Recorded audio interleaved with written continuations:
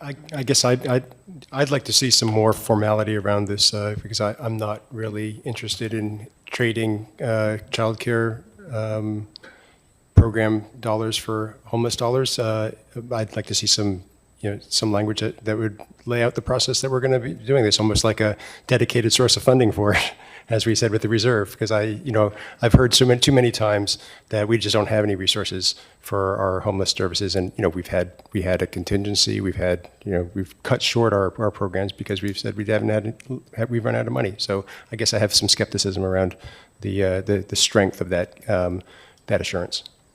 So your answer is? So my answer is only with clear, dedicated resources, formality of dedicated resources for repaying the money to serve that program.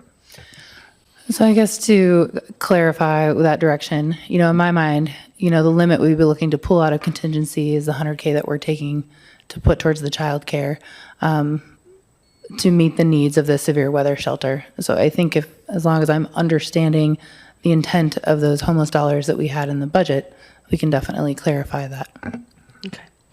So I think we do have direction from staff, and that is to go forward with the proposal with 100, 100, and 35 from those three elements, as I explained earlier. Okay. And then we would like some additional language around what will trigger, I think, the threshold of additional investment from the contingency into homeless services if it is needed.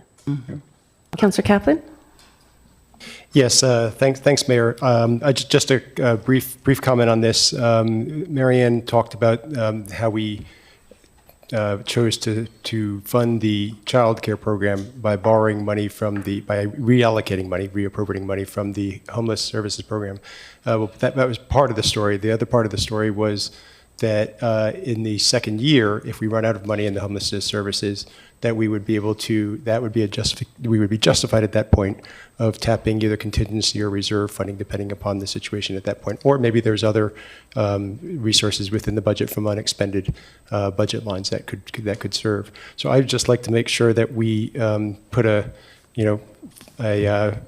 full, we come full circle on this and put a nice point on this by, along with this, at some point providing direction to staff to give us a report on the situation in the homelessness services program. And it strikes me that as part of the third quarter fiscal 2026-27 financial report to this council, that would have taken us through the winter homelessness services expense season, and that might be a time to take a look at it and see how much money we've got left.